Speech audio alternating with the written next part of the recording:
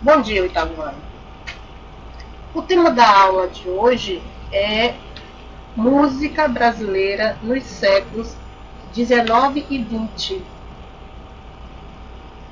Aqui vamos conhecer a origem da nossa formação musical.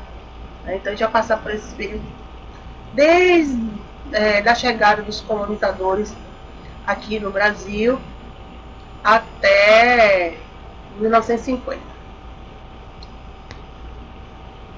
A gente começa a nossa história musical com os índios, os próprios índios. Antes dos colonizadores chegarem ao Brasil, os índios já habitavam aqui. E já produziam sons e ritmos em suas comunidades. Então, a nossa música já existia a partir dos índios.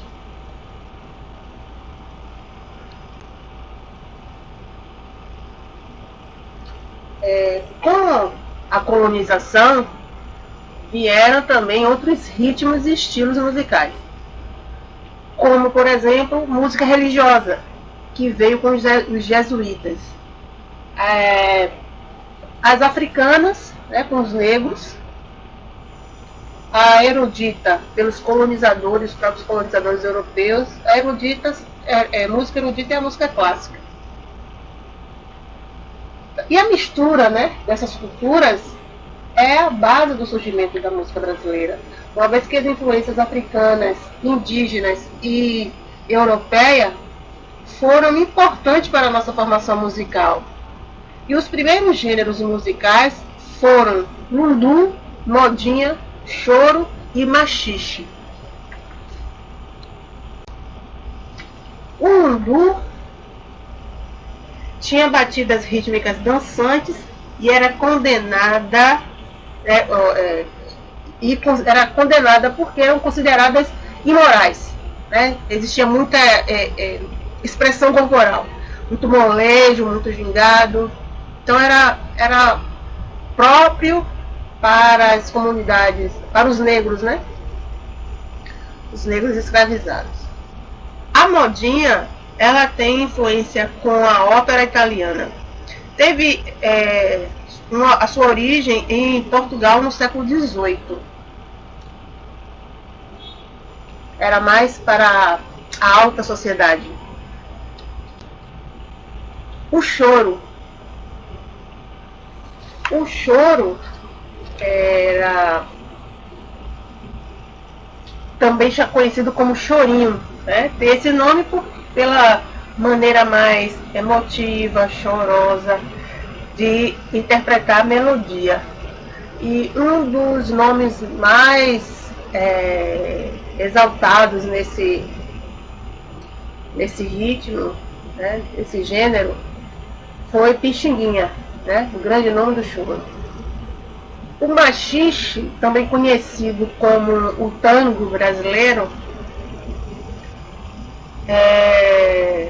segundo alguns historiadores, esse ritmo tem influência da música trazida por escravos de Moçambique, porque Machixe é o nome de uma cidade de Moçambique.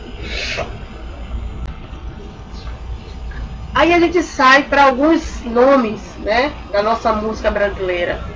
Chiquinha Gonzaga, ela era uma mulher de personalidade forte, maestrina, pianista e compositora. Era da cidade do Rio de Janeiro e foi a primeira mulher a reger uma orquestra no Brasil. E naquela época ela chocou porque esse ambiente musical era só para homens. E ela queria mostrar, gostava do que fazia. Então ela foi também muito condenada por isso, Nós temos também Heitor Vilas-Lobos, maestro e compositor brasileiro.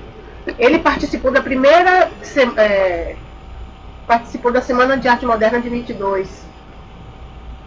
E um detalhe que ele estava de casaca, mas de chinelos, que estava com problema de gota. E se apresentou assim. E foi uma apresentação não tão muito prazerosa para ele por conta da crítica. Ele foi vaiado. Pixinguinha, né? Pixinguinha, ele também é um dos nomes, né, da nossa música. Foi maestro, flautista, saxofonista, compositor e arranjador brasileiro. É considerado um dos maiores compositores da música popular brasileira. Recebeu o apelido de sua avó, que era africana de nascença, né? A avó chamava de Pizindim, menino bom, na linguagem dela. E aí, com o tempo, virou Pixinguinha. Cartola, considerado o maior sambista brasileiro, era cantor e compositor carioca. Ele fundou a escola de samba Estação Primeira de Mangueira. Ele cantou com Carmen Miranda, Noel Rosa, Heitor Villa-Lobos, o próprio Pixinguinha. Só nome de grande responsabilidade, né? Com a chegada do rádio, a música brasileira ela ficou mais abrangente, atingindo a grande massa. E os cantores eles se apresentavam ao vivo nas rádios emissoras. Então tinha a plateia que assistia nas rádios e os ouvintes em casa. Então era um meio de transmissão em massa.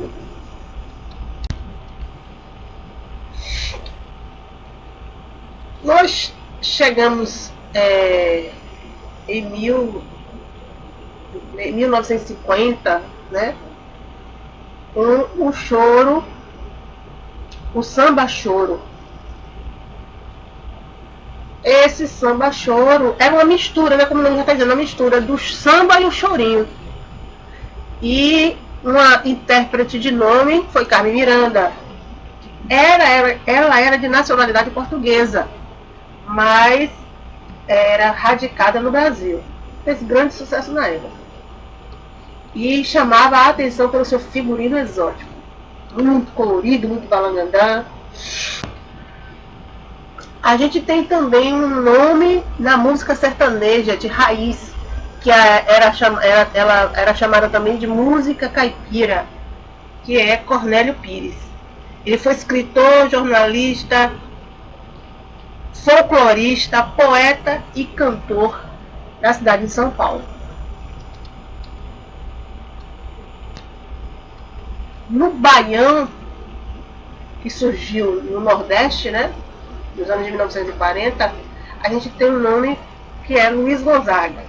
Luiz Gonzaga, ele também era conhecido como o Rei do Baião, Velho Lua ou Gonzagão, né? Sanfoneiro, cantor e compositor nordestino. A Bossa Nova. A Bossa Nova ela surge no final dos anos 50. E ela reuniu grandes nomes como Gilberto Gil, Nara Leão, Baden Powell, Vinícius de Moraes, Tom Jobim. Tinha a harmonia sofisticada do jazz americano com a batida do samba brasileiro. Pense na parceria, né? Jazz e samba. Aqui a gente termina o nosso conteúdo falando sobre um pouquinho da origem da nossa música brasileira. Eu peço a vocês que voltem ao módulo para aprofundar os seus conhecimentos, e nesses slides eu coloquei alguns sites que é para você visitar e encontrar mais informações, até mesmo para agregar conhecimento, né? Mais conhecimento. Desejo a todos um bom estudo.